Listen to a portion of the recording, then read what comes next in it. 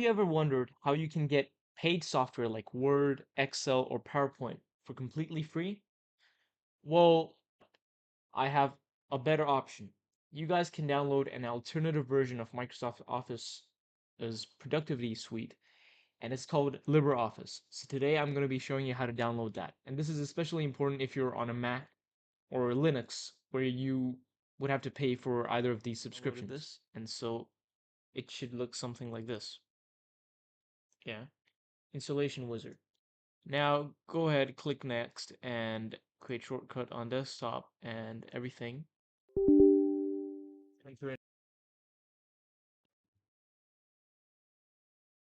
It'll take a while, so do anything, and then you'll get a message like this,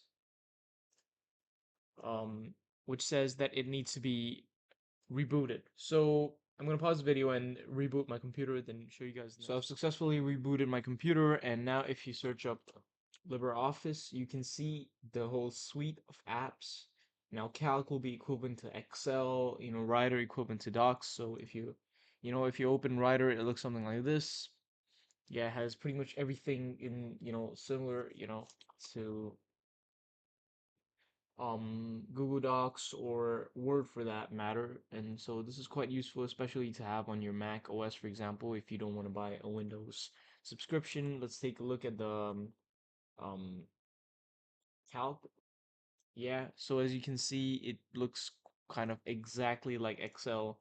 It even has the sort of like, if you want to state a formula, it even has the logical, sort of um text there. So yeah, this was a simple guide on how to install LibreOffice. Go check it out.